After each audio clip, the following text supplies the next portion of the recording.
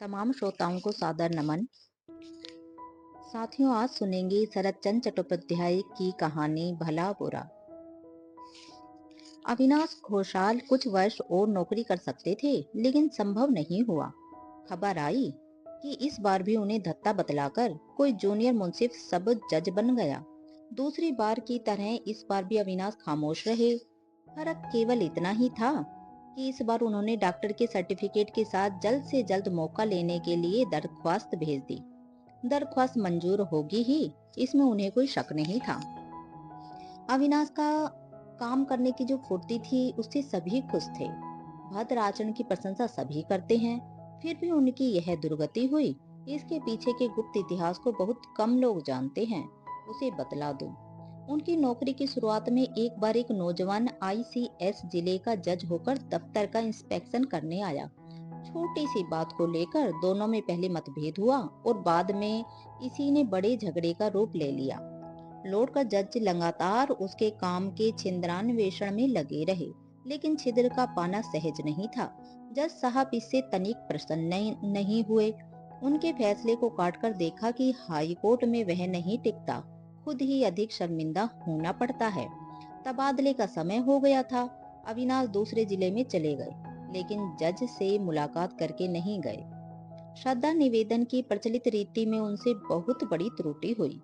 इसके बाद कितने ही वर्ष बीत गए। बात को अविनाश भूल गए थे, मगर वह नहीं भूले थे। इसका प्रमाण मिला कुछ दिन पहले। वह नौजवान जज अब हाई कोर्ट में आए हैं, मुंसिफ वगैरह के विधाता बनकर। अविनाश सीनियर आदमी था, काम के लिए काफी मशहूर था। उसकी उन्नति का पद संपूर्ण रूप से बाधाहीन था। अचानक देखा गया कि उसकी जगह नीचे का आदमी सब जज हो गया, और मामला यहीं समाप्त नहीं हुआ। एक एक करके और भी 3 व्यक्ति उसे पीछे छोड़कर आगे बढ़ गए। जो लोग नहीं जानते, वे कहेंगे कि कहीं ऐसा भी होता है। यह तो सरकारी नौकरी है और उस पर इतनी बड़ी नौकरी है। यह क्या काजियों का जमाना है? लेकिन अनुभवी कहेंगे उससे भी अधिक ज्यादतियां होती है। अतः अविनाश मन ही मन समझ गया कि अब इससे छुटकारा नहीं। आत्मसम्मान और नौकरी, इन दो नावों पर पैर नहीं रखा जा सकता। दोनों में से एक को चुनना होगा। उसी बात को इस बार उन्होंने पूरा किया। परिवार में अविनाश की भार्या आलोकलता, आईए फेल, पुत्र हिमांशु और कन्या शाश्वती, यह 3 प्राणी। नौकर नौकरानियों की संख्या इतनी थी कि अनगिनत कहा जाए तो अतिशयोक्ति नहीं होगी। उस दिन अविनाश अदालत से प्रसन्नचित लौटे। यथा नियम कपड़े बदले, हाथ मुंह धोकर जलपान करने के लिए बैठते हुए बोले, जाने दो, इतने दिनों के बाद आजादी मिली छोटी बहू। सरकारी समाचार ने आने पर भी हाई कोर्ट के एक मित्र का तार मिला है कि मेरी जेल की मियाद समाप्त हो चली। अधिक देर करना ठीक नहीं होगा, विलंब नहीं होगा। इस बात को खुद ही जानता था। आलोक लता निकट ही एक कुर्सी पर बैठी सिलाई कर रही थी, और कन्या शाश्वती पिता के बगल में बैठी उन्हें पंखा झल रही थी। सुनकर दोनों चौंक उठी। स्त्री ने प्रश्न किया, इसका मतलब? अविनाश ने कहा, संभवतः सुना होगा कि कोई गोविंद पद बाबू इस बार भी मुझे पीछे छोड़कर 6 महीने के लिए छोटे जज हो गए। साहब के हाई कोर्ट में आने के बाद से पिछले 3 वर्षों से यही होता आ रहा है। मैंने एक शब्द भी नहीं कहा। सोचा था कि अपने अन्याय को किसी दिन वह खुद समझेंगे, लेकिन देखा यह नहीं होने का। कम से कम उस आदमी के रहते तक तो नहीं। अविचार को इतने दिनों तक सहता रहा, लेकिन सहन करने से मनुष्यत्व नहीं रहेगा। कल शाम को सदराला के यहाँ घूमने जाकर आलोकलता इसी बात की आभास इशारे में सुनाई थी, लेकिन उसका मतलब समझ में नहीं आया था, और इस समय भी नहीं समझ पाई। बोली, तदबीर तगादे के बगैर आज के जमाने में कौन सी बात होती है? मनुष्यत्व कायम रखने के लिए क्या किया है, सुनो तो जरा। अविनाश ने कहा, तदबीर तगादा नहीं किया जाता, मगर जो कर सकता था उसे जरूर ही किया है। आलोकलता पति के मुंह की ओर देखती रही। अभी तक तात्पर्य उनकी समझ में नहीं आया। वह डर गई और बोली, सुनो भी, क्या किया है? बतलाओ भी तो सही। अविनाश ने कहा, वह है काम से इस्तीफा देना, और इस्तीफा भी दे दिया है। आलोकलता के हाथ से सिलाई का सामान जमीन पर गिर पड़ा। वजाहत की भांति कुछ देर तक खामोश रहकर बोली, यह क्या कह रहे हो? इतने प्राणियों को भूखे मारने का संकल्प किया है क्या? काम छोड़ा तो तुम्हारी कसम खाकर कहती हूँ, मैं उसी दिन आत्महत्या कर लूंगी। अविनाश चुप बैठे रहे, कोई जवाब नहीं दिया। दरख्वास्त अगर दे ही दी है तो वचन दो कि कल ही वापस लोगे। तो तुम चाहते हो कि मैं मर जाऊं? तुम तो जानती हो छोटी बहू कि मैं इसकी कामना नहीं करता। तुम पत्नी होकर अगर पति की मर्यादा को इस तरह से समाप्त करती हो कि लोगों के सामने मस्तक ऊंचा करके खड़ा भी न रह सकूं तो। बात अविनाश के मुंह में अचानक रुद्ध हो गई, पर खत्म नहीं हुई। आलोकलता ने कहा, तो क्या कहते हो? जवाब में एक कठोर बात उनकी जबान पर आई थी, मगर इस बार भी वह उसे नहीं बोल पाए। लड़की ने बाधा डाल दी। अब तक वह सब कुछ चुपचाप सुन रही थी, लेकिन अब उससे नहीं रहा गया। बोली, नहीं पिताजी, इस समय माँ में सोचने विचारने की ताकत नहीं है। तुम उन्हें कोई जवाब नहीं दे सकते। लड़की की हिमाकत देखकर माँ कुछ पहले हतबुद्धि सी हो गई। दूसरे ही पल बड़े जोरों से की फटकार लगाकर बोल उठी, शाश्वती, जा यहाँ से चली जा कहती हूँ। लड़की बोली, अगर चला ही जाना पड़ता है तो पिताजी को साथ ले जाऊंगी माँ, तुम्हारे पास छोड़कर नहीं जाऊंगी। क्या कहा? कहा कि तुम्हारे पास उन्हें छोड़कर नहीं छोड़ जाऊंगी, कभी नहीं जाऊंगी। चलो पिताजी, हम जरा नदी के किनारे घूम आए। शाम के पश्चात मैं खुद तुम्हारा खाना बना दूंगी, इस समय खाना रहने दो। उठो चलो पिताजी। यह कहकर उसने उनका हाथ पकड़कर खड़ा कर दिया। दोनों सचमुच ही चले जा रहे हैं। देखकर आलोक लता ने अपने को कुछ संभाल कर कहा, जरा रुको। सचमुच ही क्या एक बार भी नहीं सोचा कि नौकरी छोड़ देने से पर तुम्हारे परिवार के इतने प्राणी क्या खाएंगे? अविनाश ने जवाब देना चाहा, मगर इस बार भी लड़की ने रुकावट डाल दी। वह बोली, खाने की क्या सचमुच ही तुम्हें फिक्र हो गई? लेकिन रोना तो नहीं चाहिए। नौकरी छोड़ने पर भी पिताजी को पेंशन मिलेगी, और वह भी 300 से कम क्या होगी। बगल वाले मकान के संजीव बाबू 60 रुपए तनख्वाह पाते हैं, खाने वाले उनके यहाँ भी 9-10 हैं। कितनी बार देख आई हूँ, उनके यहाँ का खाना हमारे यहाँ से बुरा नहीं होता। उनका चल रहा है तो हम 3-4 जनों का खाना पहनना नहीं चलेगा। माँ के धीरज का बांध टूट गया।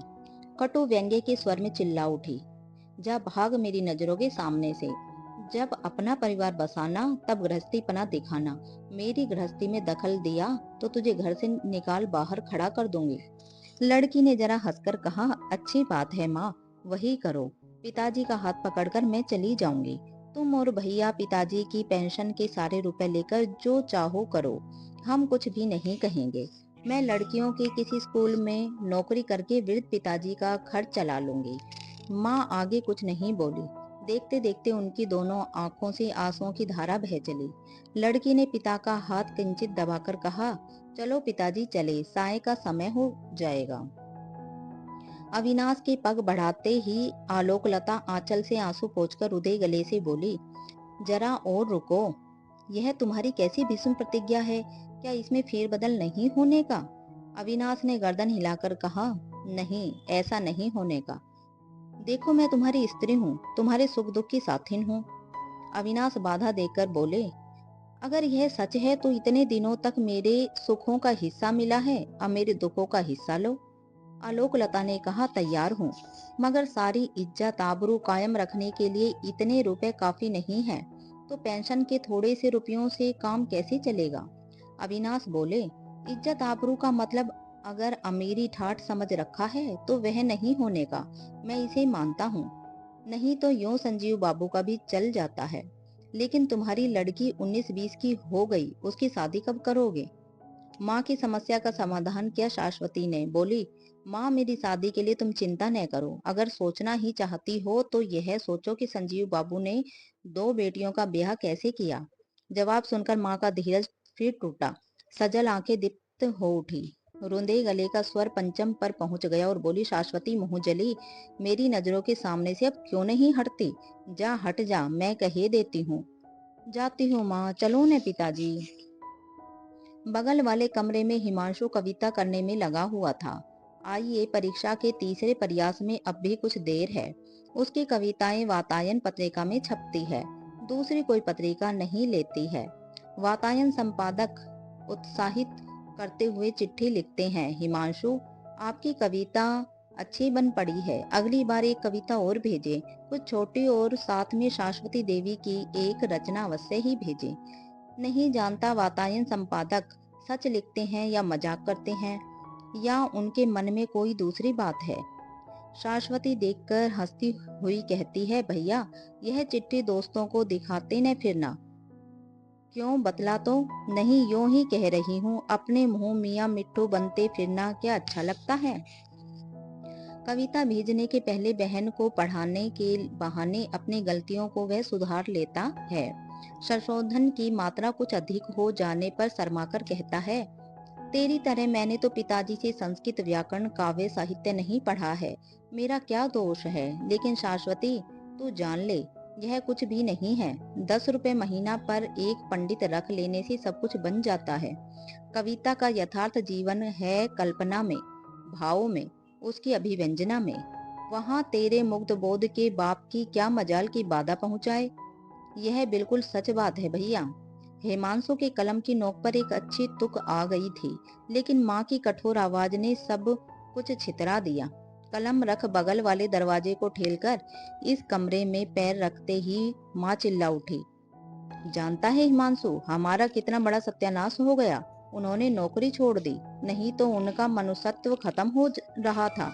जानता है क्यों? इसलिए कि उनकी जगह कोई दूसरा आदमी सब जज बन गया है। वे नहीं हो सके। मैं साफ कहे देती हूँ, यह डाहा के अलावा और कुछ भी नहीं है, निरी डाहा।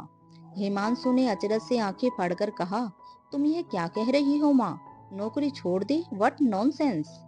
अविनाश का मुंह पीला पड़ गया। दांतों तले होठ चबाकर वह चुप खड़े रहे। आसन्न संध्या की मलिन छाया में उनका चेहरा अनोखा लग रहा था। शाश्वती पागलों की तरह चिल्ला उठी, उफ, संसार में धृष्टता की कोई सीमा भी है। तुम चलो, जल्दी चलो, नहीं तो मैं सिर पीटकर मर जाऊंगी, कहकर अर्ध अचेत पिता को लेकर वह घर से बाहर चली गई। तो दोस्तों, यह थी शरतचंद्र चट्टोपाध्याय जी की कहानी भला बुरा।